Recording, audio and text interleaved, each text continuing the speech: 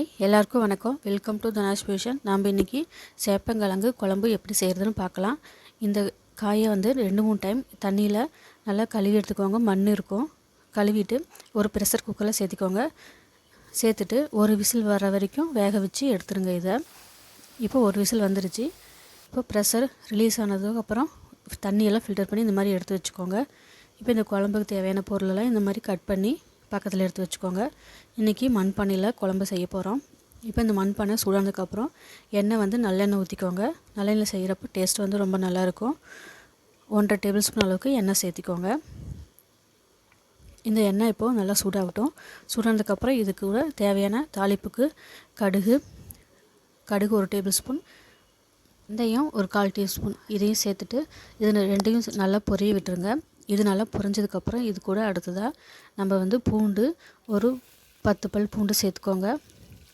இது கூடவே சின்ன வெங்காயம் 15 பல் இந்த மாதிரி கட் பண்ணிவிட்டு சேர்த்துக்கோங்க.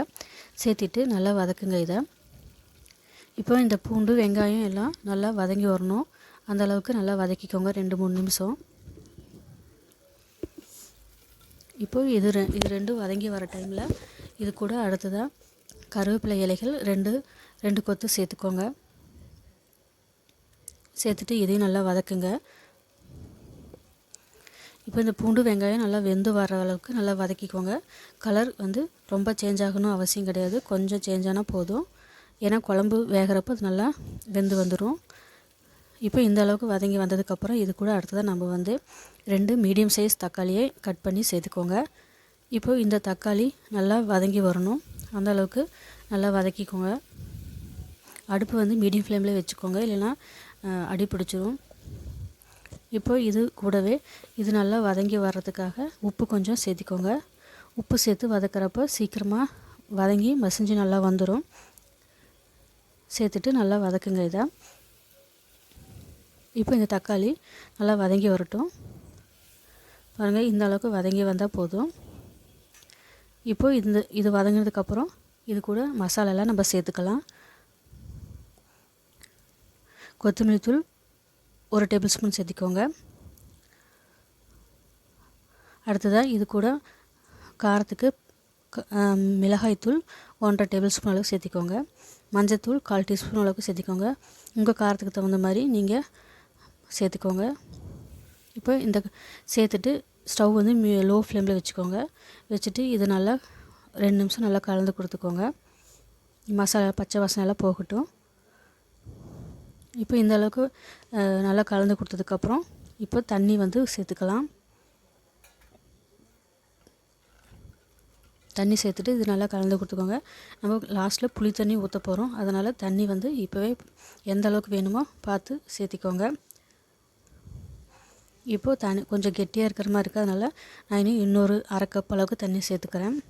சேர்த்துட்டு நல்லா கலந்து கொடுத்துக்கோங்க.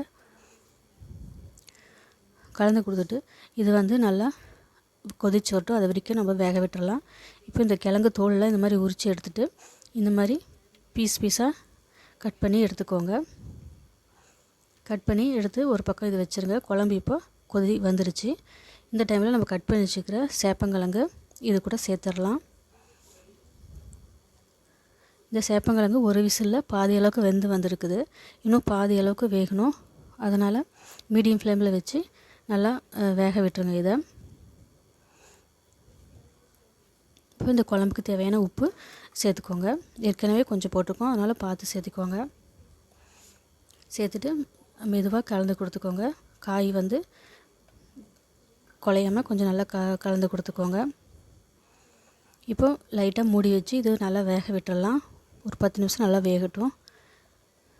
இடையில நடுநடுவில் எடுத்து கலந்து கொடுத்துக்கோங்க. இப்போது லாஸ்ட்டாக சின்ன நெல்லிக்காய் அளவு புளியை கரைச்சி இந்த மாதிரி சேர்த்துக்கோங்க. சேர்த்துட்டு வெல்லம் சின்ன 1/4 டீஸ்பூன் அளவுக்கு சேர்த்திக்கோங்க.